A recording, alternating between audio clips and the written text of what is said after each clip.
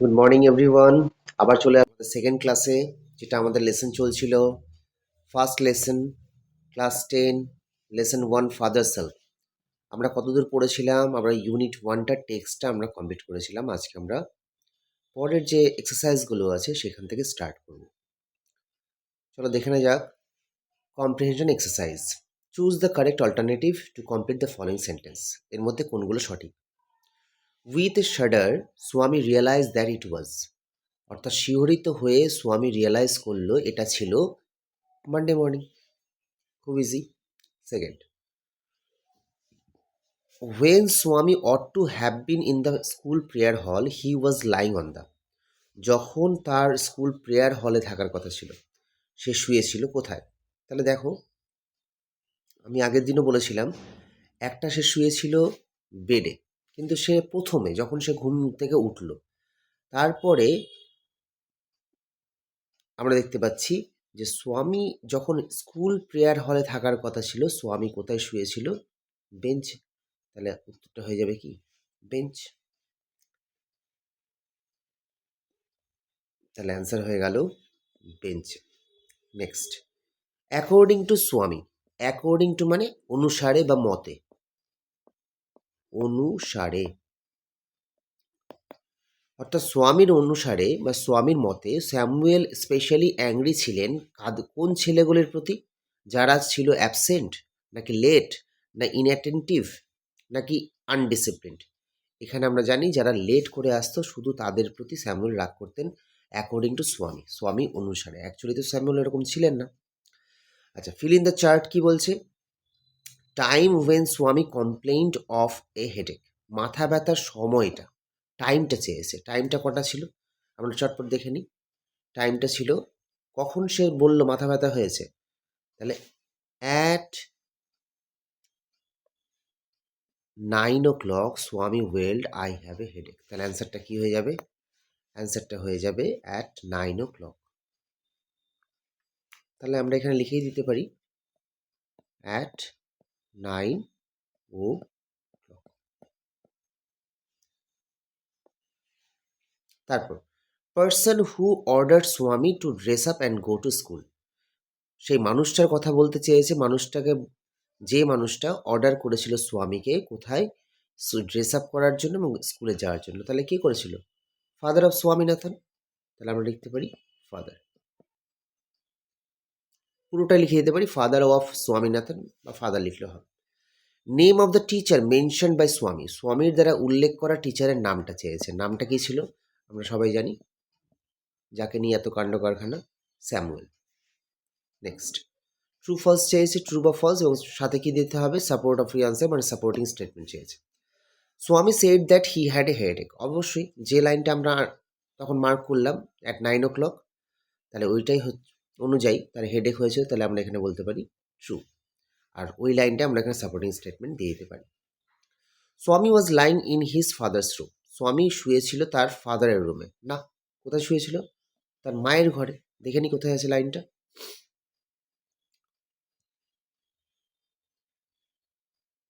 তাহলে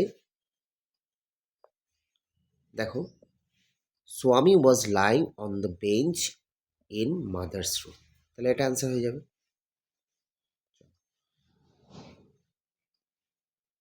তাহলে supporting statement আমরা ওটা দিয়ে দিচ্ছি। অ্যাকর্ডিং টু স্বামী the headmaster was not afraid of Samuel. স্বামীর অ্যাকর্ডিং টু মানে কি বললাম? অনুসারে বা মতে। স্বামীর মতে হেডমাস্টারটা ছিলেন না ভীত। হেডমাস্টার কি ছিলেন না? ভীত ছিলেন না স্যামুয়েলের প্রতি। আর কিন্তু স্বামী যে কথাগুলো বানিয়ে বানিয়ে বলেছিল, তার মধ্যে তো একটা কথা কি ছিল? যে they say even the headmaster is afraid of him. এমনকি হেডমাস্টার তাকে দেখে ভয় পায়। তাহলে এটাও কি হয়ে যাবে? এটা আমরা বলতে পারি ফলস হয়ে যাবে। আর ওইটা হচ্ছে সাপোর্টিং স্টেটমেন্ট। এবার ইউনিট 2 আমরা স্টার্ট করব। আশা করি তোমাদের ক্লাসটা ভালোই লাগছে। আমার এই ক্লাস করলে আশা করি তোমাদের কোনো টিউশনস বা আদার্স কোথাও পড়ার দরকার পড়বে না। যারা টাকা পয়সার জন্য পড়তে পারছো না, যাদের অসুবিধা হচ্ছে, তাদের কোথাও যাওয়ার দরকার নেই। তুমি এই ক্লাসগুলো মনোযোগ দিয়ে করো, তোমার ইংলিশ নিয়ে কোনো সমস্যা হবে না, স্পেশালি ফর ক্লাস 10।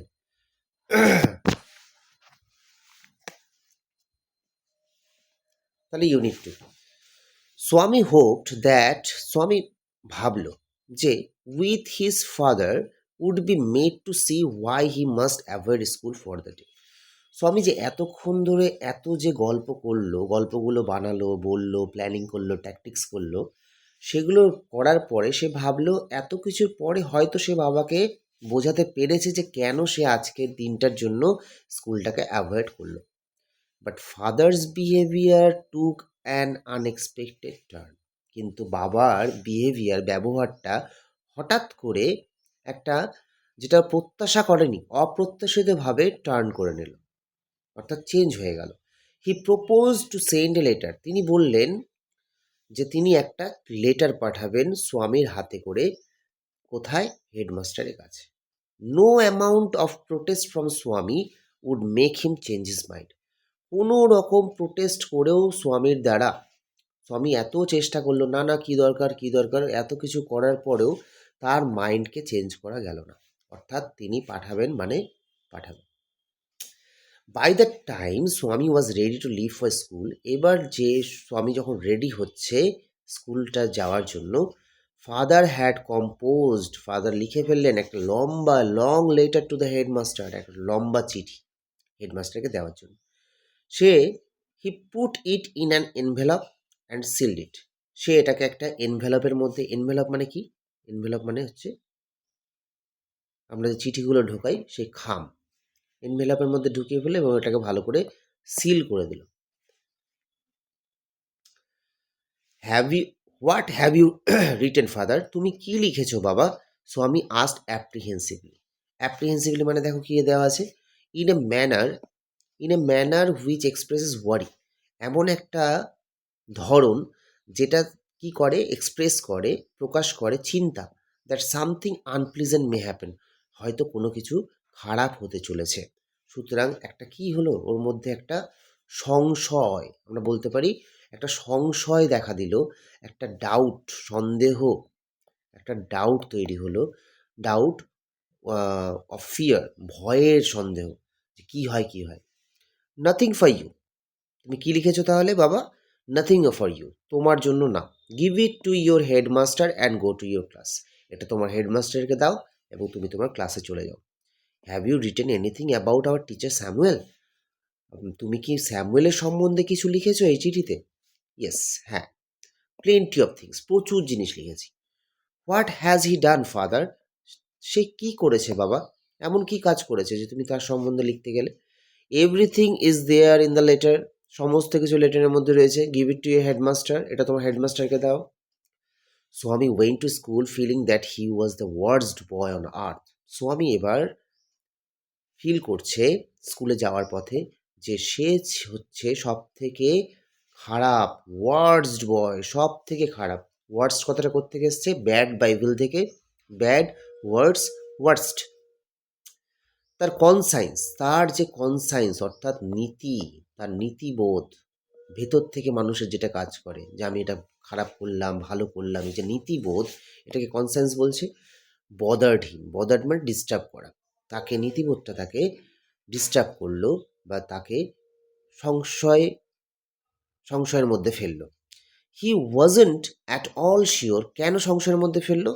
কারণ সে একদমই জানে না, পুরোপুরি এটা শিওর না, ইফ তার যে ডেসক্রিপশনটা স্যামুয়েলের ব্যাপারে সে দিয়েছে সেটা সঠিক কি সঠিক না, অ্যাকুরেট কি অ্যাকুরেট না। হি ফেল্ড, সে অনুভব করলো, he had mixed up the real and the imagine. সে হয়তো মিক্স আপ করে ফেলেছে, অর্থাৎ মিশিয়ে ফেলেছে সত্যিকারের ব্যাপারটা এবং তার কল্পনাটা। অর্থাৎ স্যামুয়েল যে কেমন মানুষ, সেই মানুষটা কি আদৌ ভালো না খারাপ, সে কি আদৌ বদমেজাজি না রাগী, সে কি আদৌ চট করে রেগে যায়, কি আসলে ভালো লোক, এই দুটো ব্যাপারকে সে মিলিয়ে মিশে ফেলেছে।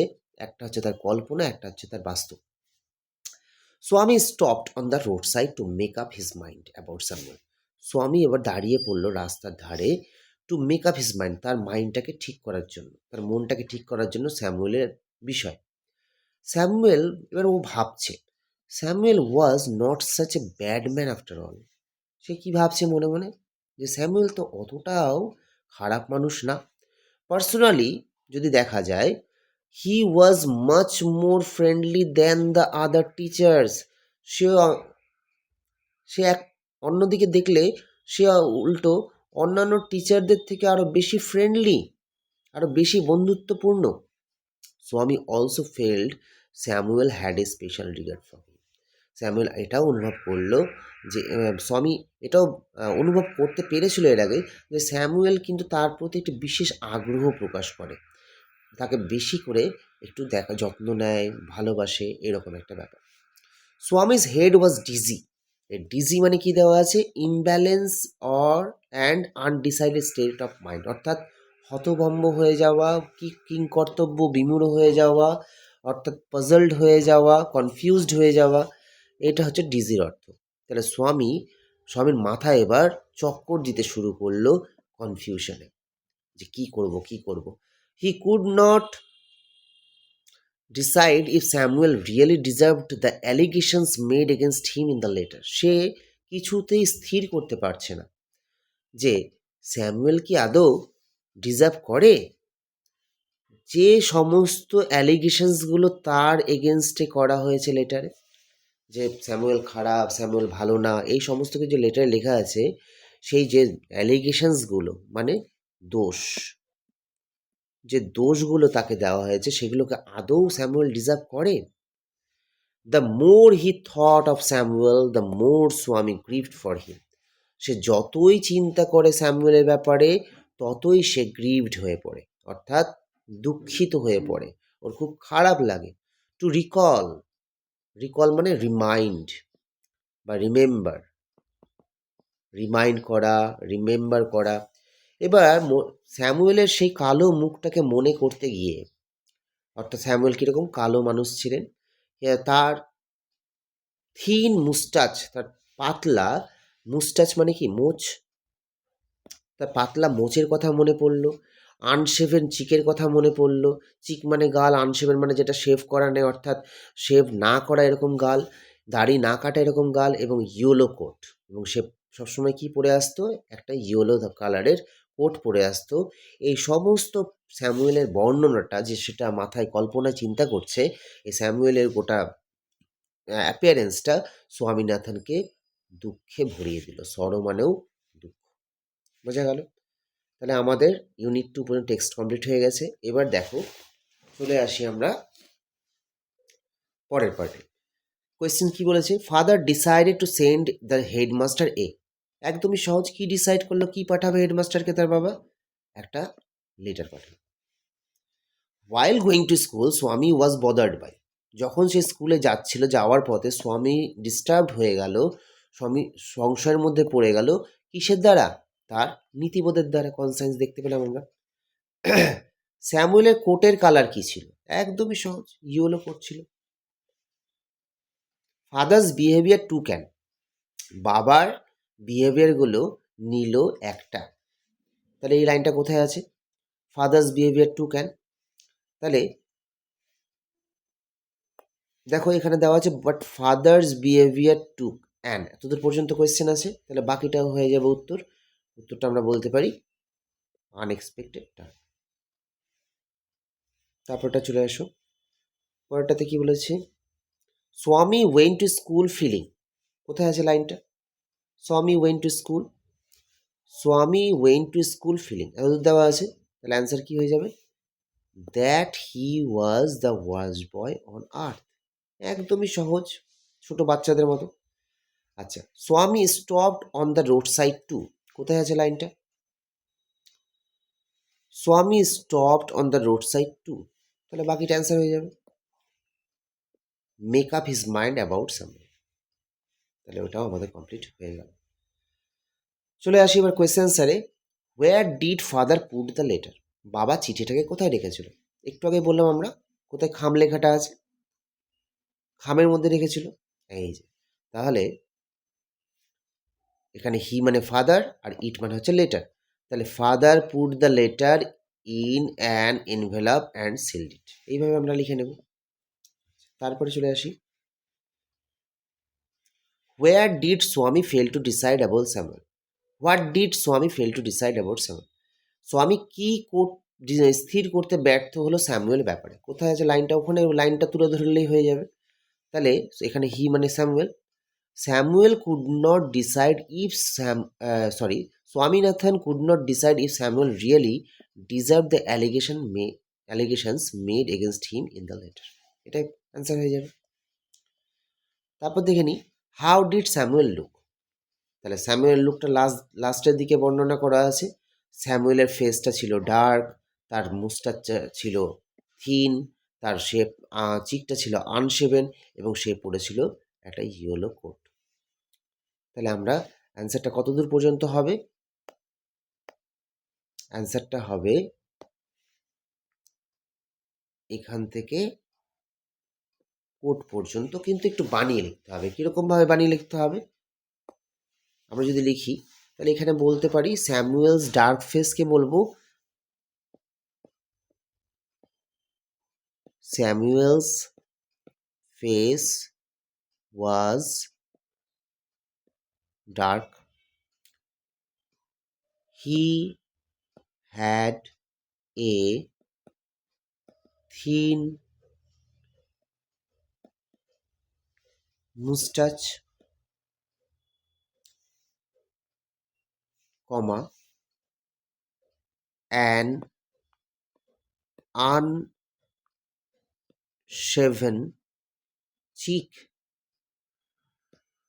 and he wore কথাটির অর্থ ওয়্যার মানে পরিধান করা, একটা পাশে তিনি পরেছিলেন এ ইয়েলো কোট।